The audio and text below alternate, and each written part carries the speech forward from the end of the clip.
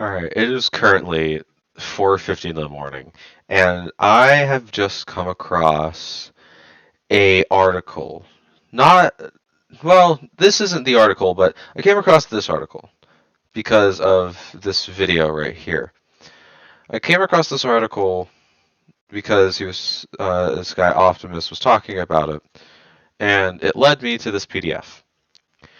And I need to get this rant out because this hurt to read. Like, actually, I didn't even read it fully. All I really did was just scroll through the instead of words and then just kind of looked at got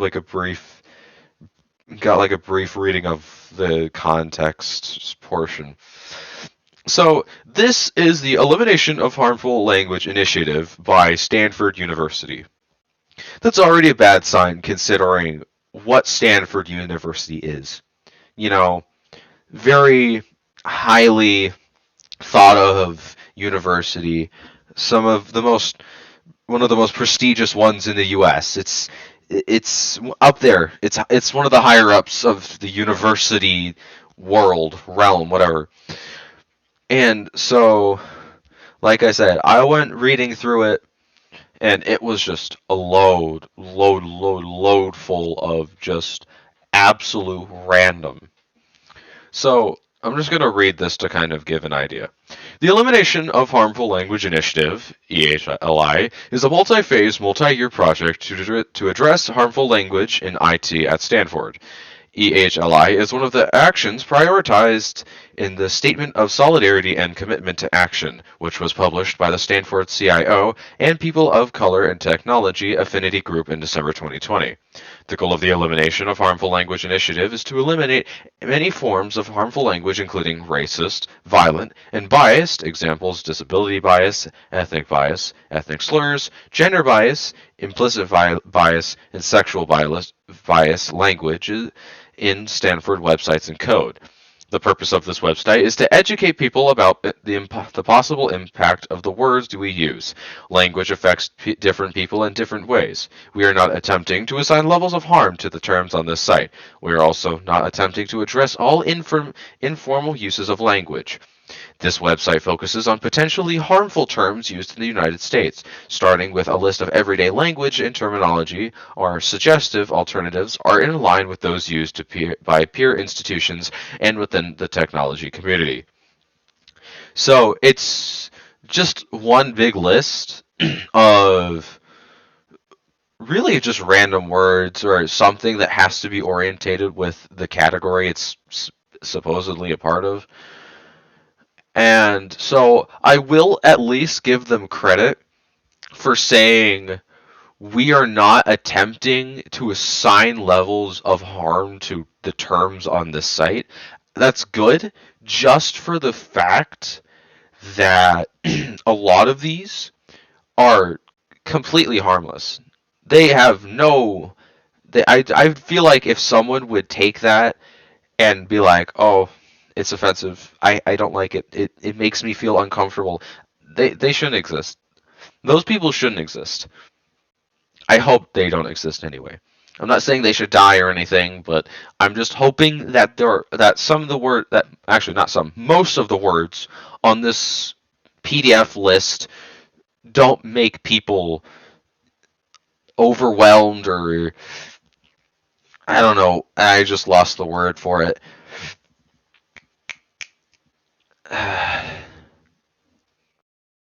Offended. That's what it was. I don't know why that took a while. But I just hope that people don't take most of these words offensively because anyone with two brain cells of at least that have at least half of it has common sense, they should be fine. Like if someone has at least one brain cell worth of common sense, no one should have to take any of these into offense. So let's just get to reading. So the first category we have here is ableist. Now, this is just a description. Ableist language is language that is offensive to people who live with disabilities and or devalues people who live with disabilities. The unintentional use of such terms furthers the belief that people who live with disabilities are abnormal. That's a pretty decent description, yeah. So we got addict, person with a substance use disorder. That's oh god, I'm already regretting this. Using person first? You mean first person? I don't know. Using person first language helps to not define people by just one of their characteristics. Well, an addict can be anything. I could point at a guy and be like, okay, that's a cocaine addict, or okay, this guy is an addict of pineapple. I don't know. It's not a specific thing. It doesn't really define someone. It's just calling them an addict of something. And being like, okay, but that's not their whole life identity. Addicted. Okay, same thing. Being addicted to something is it's depending on what it is, it can be good or bad. But saying someone is addicted to something should not be taken as offensive. What's the context? Trivializes the experiences of people who deal with substance abuse issues. Well, being addicted doesn't specifically mean substance abuse. Anyone can be addicted to anything, really. Someone could be It could be as simple as someone just being addicted to constantly cleaning their glasses or being addicted to playing their flute. I don't know. Basket case. Nervous. Uh, there's a lot of these I don't really understand because I've never really heard of the terms. So I'm just going to kind of skip those. Blind review. Anonymous review unintentionally perpetuates that disability is somehow abnormal or negative, furthering an ableist culture. I'm starting to see a pattern. This pattern I'm starting to see is that when they give examples for the considered using section, it's really just either rewording what they've already said or defining it. Because, like, right here, blind review. A blind review is a anonymous review. That's what a blind review is. Or committed suicide, died by suicide. Yeah, that's what committed suicide means. Anyway, so same thing with the blind study. They're they're kind of the same thing. It's just taking the consider. This is just the definition. Committed suicide, died by suicide. Ableist language that trivializes the experience of people living with mental health conditions. I need an explanation on how this has anything to do with people with mental health issues. Why? Is it because they assume that the person who did it had mental health issues themselves? Whatever. Confined to a wheelchair. Oh, that just. What? Huh? Let me read. Using person. Again, throwing me off with the person first. Is that supposed to be first person? Because that makes a lot more sense. Using person first language helps to not define people by just one of their characteristics. Also, users of wheelchairs often find themselves to be an essential tool for their freedom instead of thinking of them as a prison. Whatever. Crazy. Here, this was one of the first ones I had a big problem with. Look, because I understand that this isn't really made to make any of these out seem offensive. These are just possibilities. But with possibility comes probability. And with probability, that means there's the probability of someone in the world thinking that being called crazy is bad. So, crazy, surprising or wild. That sounds like kindergarten terminology. Ableist language that trivializes the experiences of people living with. What? That. Hmm. Whatever. Cripple noun and crippled adjective. Person with disability. Well, I'm gonna skip. I'm also gonna skip things like these where I don't really care for them because there are other words that aren't the definition. Because yeah, a crippled person is just a person with a disability. But usually, I and many other people would just say a disabled person. Because I will admit, being called crippled, I could see some derogatory in it, some derogatory meaning. Dumb, that's just funny. Being someone dumb is pretty much always used as a joke. Usually because there's worse words. Like even I feel like even just calling someone stupid is a step up from calling someone dumb. Like it's like the day and night different, not the day and night, but the difference between saying bum and butt. Bum and dumb are kind of the softer, more formal? No, not really formal, but just the softer versions of butt or stupid. That was the first example. Don't worry about it.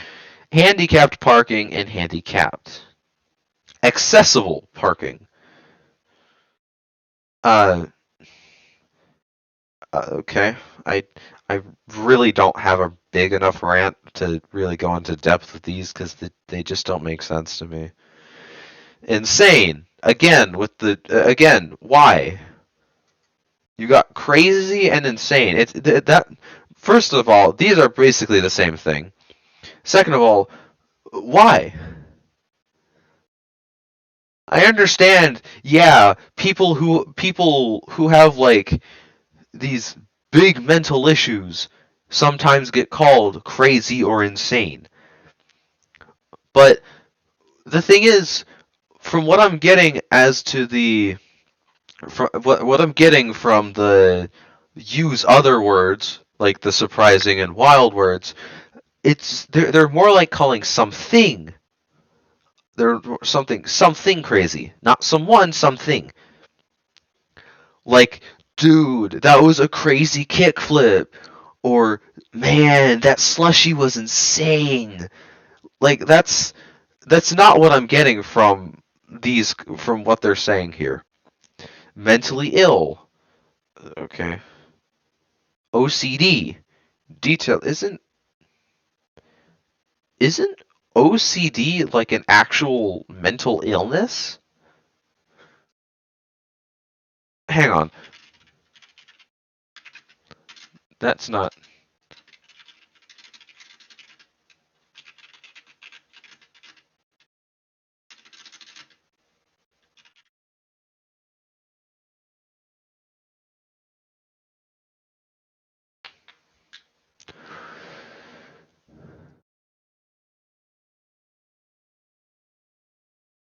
uh saying IMO. What is OCD? Unless, of course, that's not what this means, and I'm going way off track here, but.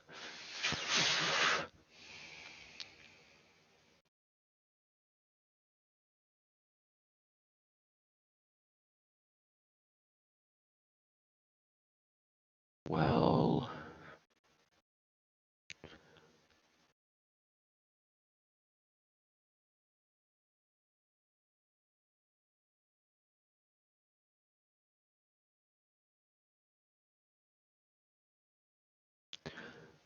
So, I'm gonna say maybe?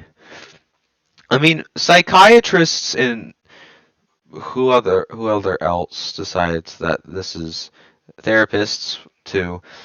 it looks like they're saying, yeah, I guess. So yeah, this just that just can't, because that's not a term or whatever they're thinking these are. Paraplegic and quadriplegic, again, those just kind of sound in part with the OCD, being used by actual medical professionals. Like, I could see a doctor using the word paraplegic to, refer to someone who is paraplegic, because paraplegic is something specific. Oh, retard or retarded. Again, this is usually just used in like jokes. No one really no one really calls someone a retard or someone retarded seriously unless they're trying to be mean. Sanity check, uh, confidence check, coherence check, fact check. Um, okay. Spaz. I don't know why you wouldn't use clumsy, because the way I look at it, spaz being used is just more of a bigger word than clumsy. Like, if I said, if I called someone if I called someone well, now that I think about it, the way it would be worded would be, I'm going, like, you are a spaz, because saying you are very spaz doesn't make sense, but you are a spaz sounds about right. So not only would that person most likely not understand what you're even saying, but because the original term is that person is very clumsy versus that person is a spaz, I don't know why you wouldn't just use clumsy in the first place. Stand up meeting. Now this is one of the ones where I'm just looking at it and think, who in their right mind would get offended by this? Who in a wheelchair would hear the word stand up meeting and think, oh, I've been offended. I've someone is trying to offend me because they said stand up when they know I can't stand up because I'm sitting in a wheelchair. Because, like I said, as I've said before many times, all they're really doing with this section over here is just you really just using the definition. So a stand-up meeting is just a quick meeting. So anyone who would hear that, because if when I would hear a stand-up meeting or a quick meeting or whatever, I would think of like a workplace, like an office or something. I feel like if you're there, you should know that that just means a quick meeting, and you don't have to worry about it. Walk in. Again, with the stand-up meeting, if you really should not be wheelchair bound, that's kind of like the confined to a wheelchair one, but all right. Ageism? What? What? What in the world is ageism? Are people really nowadays getting offended because someone calls them out on their age? Graybeard and senile.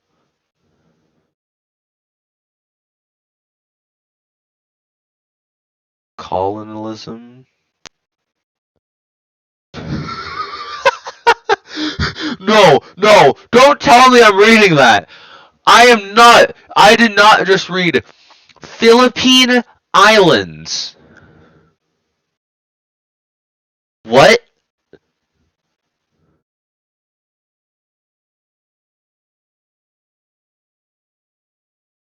That's just, it's just adding islands to the Philippines. I have never once heard someone say the Republic of the Philippines. I have people call it the Philippines, but what's so bad about saying Philippine Islands?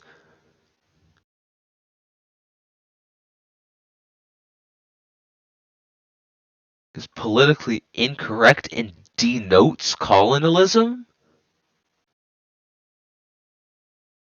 Oh my god. This is driving me insane. It's it's just the Philippine Islands. This is probably by far one of the dumbest ones I've gotten to as of the current moment. I've read dumber from memory, if memory serves me right. I've read dumber, but the Philippine Islands, really, really,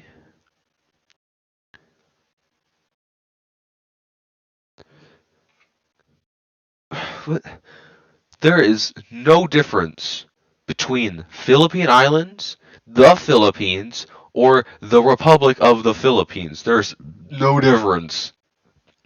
It's legit. All three of them are just legit different ways of saying it. Oh no. Culturally appropriative. This one. Brave as a noun. Brave as a noun. Don't think I've ever seen or heard it as a whatever.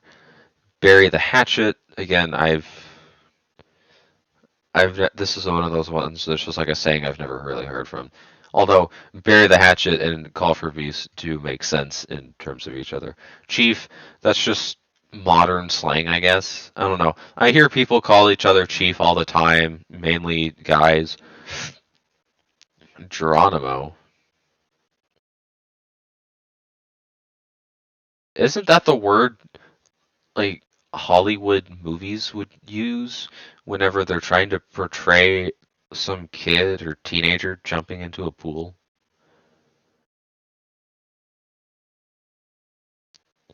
I don't know. I've rarely ever heard the word Geronimo in my life. It doesn't really ring any bells as to what it would mean. Guru, I don't care about religion. Low man on the totem pole, on the warpath. Pocahontas?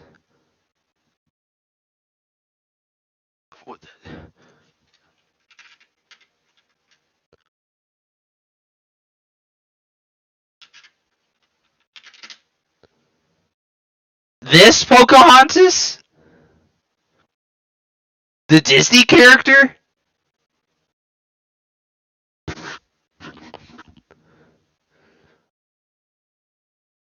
No, they're probably more talking about this Pocahontas, the Al- Algonquian princess. But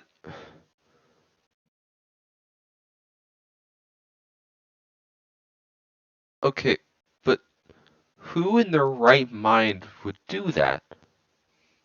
This is a okay. First off, it's not a slur. Why would anyone take the name of seemingly a famous, I don't know, just a well-known indigenous person as a slur? Why would they do that? First off. Second off, why would anyone address a woman as Pocahontas?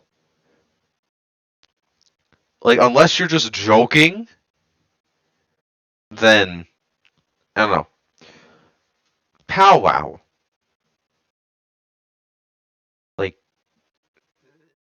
getting just it's just like a meetup, a get together. How's this is just like a kindergarten first way of saying get together. Using this term in this manner demeans a term of cultural significance to indigenous people? You insane? What do you mean this? Huh? I swear, for most of these, there's like some sort of history I'm missing out on because I don't understand about I don't even understand why about half of these would even make sense to anyone. A powwow demeans a term of cultural significance to indigenous people. It's just a meetup. A spirit animal? The term refers to an animal spirit that guides slash protects one on a journey. So to equate it with an animal one likes is to demean the significance of the term.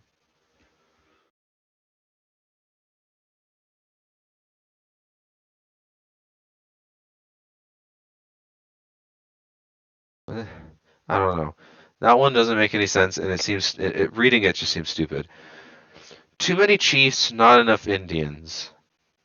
Okay.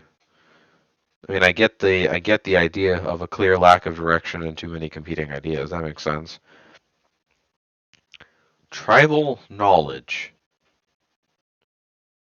A term trivialized the ancestral knowledge handed down through generations of indigenous people and tribe. But I'm stopping with these two. I cannot go any further. I'm going to blow my brain's about to burst. First off, what do you? Hang on, I'm gonna go with tribe first because the tribal knowledge isn't making too much sense to me. But tribe being historically used to equate indigenous people with savages? When? Where? Why? How? I need examples here. You can't just say historically you. Well, actually, you can because there's too much you don't want to go in depth with. But who now, at least? Because a lot of this context also seems to be grounded. A lot of the context seems to be grounded in history. Like, oh, this happened a long time ago, and it might be used, and it might be taken up by offense to someone who would remember their past. It's like, who's gonna care?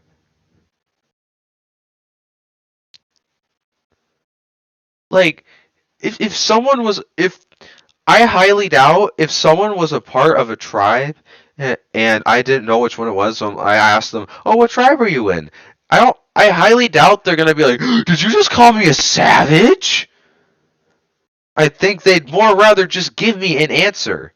Like, "Oh, I'm part of this tribe."